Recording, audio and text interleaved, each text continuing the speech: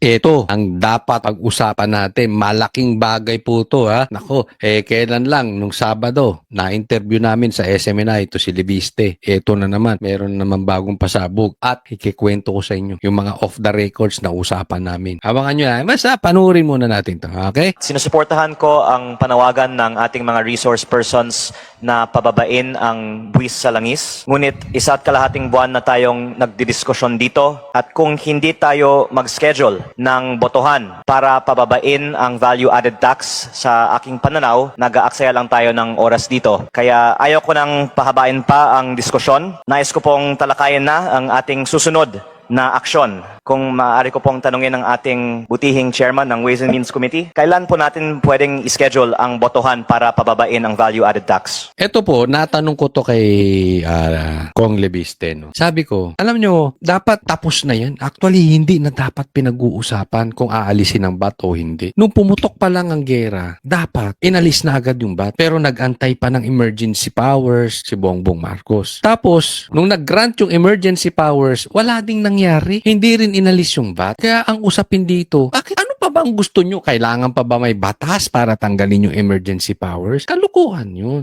Sino ba talaga yan lintik na congressman na yan? Or kung sino man ang humaharang nitong bat? Alam mo sagot niya. Pagtatanungin mo naman ng mga congressman, lahat sila pabor tanggalin ang bat. Pero hindi umuusad. Nagets nyo? Ito yung mga ipokrito. Kunwari, ayaw ng maleta, pero nakakatanggap ng maleta. Nagigets nyo? Kunwari, hindi kurap, pero kurap. Kunwari, magsisilbi sa taong bayan, pero ang pinagsisilbihan, yung bulsa nila. Lahat sila, almost, gusto tanggalin ang bat. Pero sinasabi niya, pagbotohan natin ngayon. Pero pagdating sa botohan, ayaw nila ng botohan. Bakit? Mae-expose sila. Kasi pag nagbotohan, o sige, tanggalin na yung bat, ayaw talaga nila. Bakit? Mababawasan yung maleta. Tanggalin mo bat, mababawasan ang korupsyon. Kulang ang pera. Pag kulang ang pera, konti ang pera, hindi sila makakakurap. So gusto lang nilang palabasin sa taong bayan, hindi, gusto naming matanggal yung bat. Pero pag totohanan na, hindi. Nagigets nyo? Ganyan tayo pinagluloko mga kamag-anak to ni Bongbong Marcos, mga budol. Kaya bilib ako dito kay Libiste. Atapang talaga. Sa katunayan, hindi niya na kailangan gawin sa yaman niyang yan. Pero nagsisilbi sa Pilipino. Pag-uusapan natin yan kasi ako gusto ko na rin eh. Nakita mo? Siya rin gusto niya. Pero pag-uusapan, ba't di na kayo magbotohan? Paikot-ikot eh. Di ba?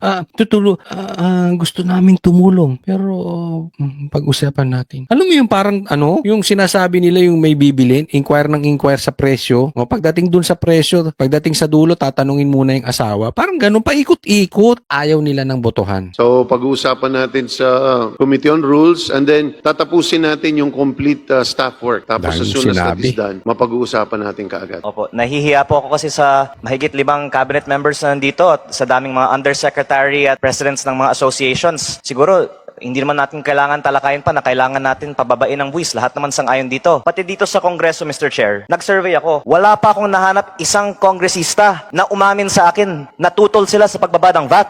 Ni isang kongresista, walang tutol sa pagbaba ng bat, pero walang gusto ng botohan. Ang gagago, di ba? Tinanong ko si Manong Rufus, in favor. Si Congressman Yap, in favor. Huwag mo na isa-isahin, sayang oras mo. Si Congressman Tino, in favor. Nag-roll call voting na tayo dito, Chair. Maraming mapagkunwari dyan, ha? Wawarningan lang kita, ha? Kaya importante, Mr. Chair, roll call yung botohan natin. Totoo naman, marami mapagkunwari dyan. Hindi yung pasikreto. Tama. Yung sinabi niya sa amin dapat magkaalaman, malaman ng taong bayan sino ang ayaw tanggalin ng VAT. At dapat malaman din ng taong bayan ano ang posisyon ng Kongreso. Kasi sinisisi tayo, Mr. Chair, eh. Pero sa pagkakaalam ko, hindi sa Kongreso ang humaharang sa pagbaba ng VAT. Hindi ba, Mr. Chair? Hindi ang Kongreso ang humaharang. Kaya huwag nyo kaming sisihin. Gusto naman Congressman pababain ng VAT. Si Chairman Kimbo, Matanong ko kayo, naniniwala kayo na mga congressman ayaw gustong pababain ng VAT? Si Libiste, sigurado ako. Pero yung iba dyan, mapagkunwari yan. napakabuting tao ito. At hindi ito nagsisinungaling. Teka. Pag mga ganyan, usually yan yung bago katayin, eh. Para pinapalambot mo. Para mo ako nilalagyan ng butter, ah. Mr. Chair, kung maaari ko pong tanungin kayo, nag-usap tayo nung isang araw. Tinanong ko po si Mr. Chair, pwede na ba natin pagbotohan ang suspension ng VAT sa langis? Kahit hindi muna sa lahat ng bilihin, sa langis po muna. Ang sabi ninyo, Mr. Chair, may kumokontra sa kabinete. Sinabi ko ba yun? Mr. Chair, kung Lunes ngayon, ano? hindi nyo po bawal na tatanggihan- pagsisinungaling, ha? papangalanan ko na lang po. Sinabi niyo po sa akin, ayaw kasi ng aking kababayang Batanggenyo pababain ang value-added tax sa mga bilihin o sa petroleum products. Pinangalan niyo po sa akin si Executive Secretary Ralph Recto ang humaharang sa pagbaba ng value-added tax. Si Batman Recto. Pambihira to si Recto. Palibhasa, mayaman na. Alam mo yung bat na yan, automatic yan. Dapat tinatanggal agad-agad yan pag ganitong krisis. Bakit gusto nyo ang taong bayan ng mag-suffer? Hindi yung maleta nyo. Alam mo, natanong ko yan kay Kong. At ang sinabi niya, ang gusto kasi, ito hawak ng oligarch, hawak ng mga mayayamang negosyante, ang maraming politiko. So, hindi nila po pwedeng mataksan ng malaki ang mga oligarch. Yung mga negosyo nila protected sa tax. Kaya nga, 'di ba may dinisiplina pa nga si PRRD na nawalan ng prangkisa dahil hindi nagbabayad ng tax. Napakalaking kumpanya, napakalaking tao, hindi nagbabayad ng tax. Tapos, yung VAT, automatic yun idinadagdag sa atin. Sino ang natataksan? Middleman. Nagigets nyo na? So, para yung mga mayayaman hindi mataksan dahil hawak ang mga politiko, saan kukuha ng pera? Eh di sa VAT. Sino ang tinatamaan ng VAT? Yung mga middleman. Tapos yung makukuha ang pera sa middleman, yung iba, kunwari, paayuda sa mga mahihirap naman. Nagigets po natin. Ganyan po ang sistema. Pero meron ding natataksan na mahihirap. Dahil, syempre nga, pag binatan mo ang langis, sapul lahat dyan. Even mahihirap. Pero ang talagang tatamaan yan, yung middle class. Mahihirap na rin. Pero ligtas yung mga mayayaman. Bakit? Dahil sa mga lintik na mga politiko. Nag-focus sila sa VAT. Tayo, Pilipinas, ang isa sa pinakamalaking VAT sa buong mundo. Isa sa pinakamalaki. And dapat tinataksan yung mga malalaking negosyante. Nakikita nyo na kung paano tayo ginagago ng mga politiko. Kaya nga nung sinabi niya, nakikita ko na kung bakit galit na galit si PRRD sa mga oligarch. Ang nagpapatakbo, di umano ng Pilipinas, hindi lang mga politiko, mga oligarch. Ang galing talaga ni PRRD. At yung nangyayari ngayon, this is just an example. Matibay na katibayan na untouchable siyang mga mayayaman. Kaya hindi nila matanggal ang VAT. Nagigets nyo na? Kaya hirap na hirap silang tanggalin yung VAT. Hindi ko maalala yan. Ang dami natin pinag-usapan. Napag-usapan ba natin yan? Opo, Mr. Chair. No, but levity aside, I think the question should be addressed to our economic managers Pero, because I think it's a very pressing matter, a pressing issue. Mr. Chair, I think yung Department of Finance kasi nagpahayag na ng kanilang posisyon. Natutol nga sila sa pagbaba ng value-added tax. At ang gusto kong igit dito, yung separation of powers. Kasi ang Kongreso ay hindi naman dapat sunod-sunuran lamang sa ehekutibo. Kung gusto nating ipasa ang pagbaba ng VAT, hindi natin kailangan sundan ang rekomendasyon ng position paper ng Department of Finance na pinirmahan ni then Secretary Ralph Recto. Tama po, Mr. Chair. Yon, ang galing mo talaga. Separate branch sila, legislative sila. Pwede naman automatic patanggal na yung VAT na yan. Bakit hawak sila sa leeg ng executive? Kaya sabi ko sa inyo, salot yan si Recto. Claire, yan ang salot, hindi kami. Hindi yung nagbabalita. Ang salot, yung nagpapahirap sa taong bayan, yung VAT. Pero huwag kayong makakalimot ha, hindi lang po si Recto. Tandaan po ninyo, pati si Bongbong Marcos. Hawak niya yan Sekretary niya yan. Siya naglagay dyan. Diba? Kung ayaw ni Recto, di ibig sabihin ayaw nung boss. Sino ba naman sabihin ng boss? Lintik ka, tanggalin kita dyan, animal ka. Pag sinabing tanggalin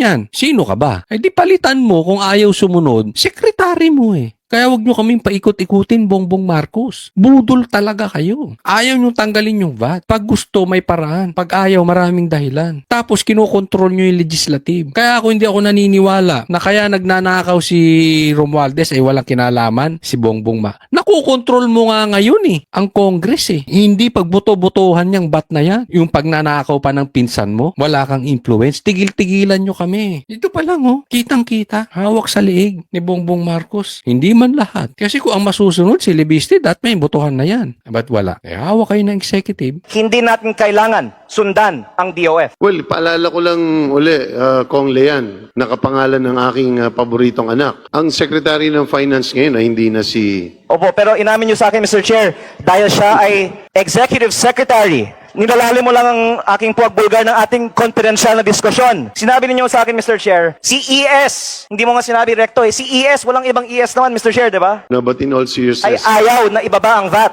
Mr. Chair, I would just like to put it on the record. Totoo ba ang sinasabi ko na nag-usap tayo tungkol sa pagtutol ni ES sa pagbaba ng VAT o hindi? Mr. Chairman, point of order. I'm sorry, gusto Ikaw ko na lang bang ginigrill? linawin, Ikaw hindi na po ako tinatanong? nagsisinungaling dito. Totoo ba o hindi na si ES ay nagpahayag ng kanyang pagtutol sa pagbaba ng VAT? Sa pagkakaalam ko, malinaw na malinaw dito, Kong Lean, na marami sa mga cabinet members natin, hindi lang siya, all our economic managers have put their position na tutol sila sa pagbaba ng VAT. Sabi ni Secretary Balisacan last week, pabor siya. Kaya wag natin ilaglag si Secretary Balisacan. Hindi niya sinabi yun. Ang sinabi Mas niya progresibong buwis dapat. ang sinabi niya is kailangan natin balansin at makita kung ano magiging Pero ang epekto. sinabi niya, kailangan mas progresibo ang buwis. And I'm sorry that I'm discussing the approval of a measure in front of our resource persons, pero in all honesty, I find it a waste of our time to keep on listening to people recommending that we suspend taxes. Congress passed a law to suspend the excise tax on petroleum products almost a month ago. And today, we have not yet seen a suspension on diesel. Siguro ang susunod na panukalang batas, Mr. Chair, hindi na authorizing the President to exercise a suspension of the tax. Siguro, Mr. Chair, dapat ang Kongreso na ang magdesisyon sa pagbaba ng VAT. At bago ako magtapos, gusto ko lang pong linawin for the record, Mr. Chair. Isatabi na natin yung posisyon ng ibang mga miyembro ng kabinete. Totoo ba o hindi na minsan nagpahayag si Secretary Ralph Recto ng kanyang pagtutol sa pagbaba ng VAT? Totoo pa ba o hindi? Alam ko on paper malinaw sa DOF ang kanilang hesitation or at least pagtutol sa reduction ng VAT. At ang aking panawagan na lang po ay simple. Ang Kongreso ay hiwalay sa ehekutibo. Tayo ay narito bilang mga halal na opisyal, hindi po bilang mga appointees. Kung gusto ng mga miyembro ng Kongreso pababain ang VAT, nananawagan ako sa Kongreso, botohan na natin ang pagbaba ng VAT. So, yung kokontra sa botohan, Batman din. Ganun kasimple, di ba? Ba't ayaw mo ng botohan? Pero sasabihin mo, gusto mo maalis ang VAT, gusto mo mababaan ng VAT, pero ayaw mo magbotohan? Ano yun? You are contradicting yourself. Di ipokrito ka. Kahit na ayaw ito ng Executive Secretary o kahit sinong miyembro ng kabinete. Maraming salamat po, Mr. Chair. Maraming salamat, Kong Lean. Alam mo, tuwing tinatawag kita, hindi ako nagsisisi. Sana pag maglabas ka ng material dyan. Sige. Anyway, but Nagmamadali pa thank you, ako, Mr. Chair, Lean. kasi kailangan kong puntahan ang aking mga kababayan. Alam mo, maraming sinabi sa amin ito si Kong Lebiste, no? Sa katunayan yung iba nga na-record ko.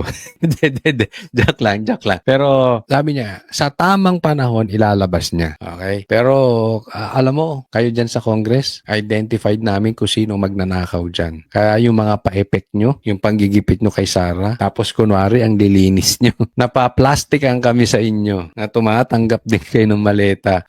Naku, marami dyan sa inyo. Diba?